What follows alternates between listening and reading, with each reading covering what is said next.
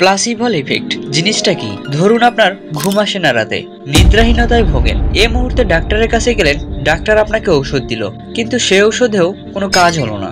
এরপর ডাক্তার আপনাকে বললেন যে আপনার দেশি ঔষধে কাজ হবে না, বিদেশি হাই পাওয়ারের ঔষধ লাগবে, এবং সেটাই তিনি এনে দিলেন। আসলে সেটা কোনো বিদেশি ঔষধই না, জাস্ট তার অফিস থেকে একটু চিনির পানি শিশিতে করে এনে দিল। কিন্তু দেখা গেল যে এবার আপনার ঘুম এসে গেছে। আরে অদ্ভুত তো, ঔষধ খেয়েই কিছু হলো না, কিন্তু চিনির পানি খেয়ে কাজ হয়ে গেল। এ কি করে সম্ভব? হ্যাঁ সম্ভব।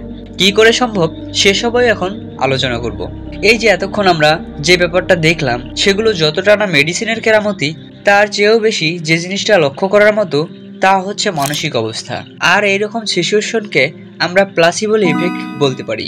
একজন সুস্থ সবল মানুষের দেহে রোগ প্রতিরোধ ক্ষমতা অত্যন্ত শক্তিশালী। তবে রোগ প্রতিরোধ ক্ষমতায় মানসিক দৃঢ়তা এবং আত্মবিশ্বাস এক বিরাট ভূমিকা পালন করে।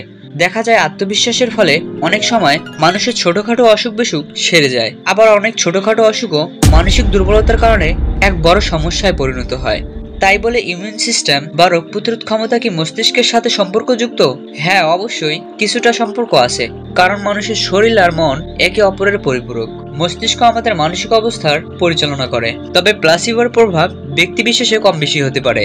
প্লাসিবোর ক্ষেত্রে আমরা মেডিসিন হিসেবে যেসব ব্যবহার করি, সেগুলো মূলত আমাদের মস্তিষ্ককে ধোঁকা দেওয়ার জন্য ব্যবহার করা হয়।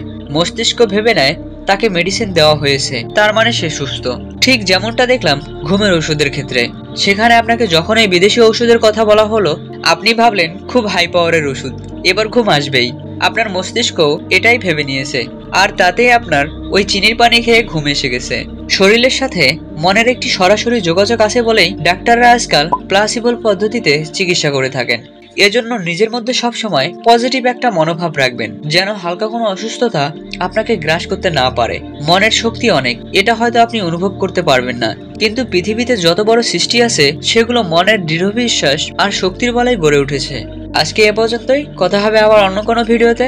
সুস্থ থাকবেন, ভালো থাকবেন, আল্লাহ হাফেজ।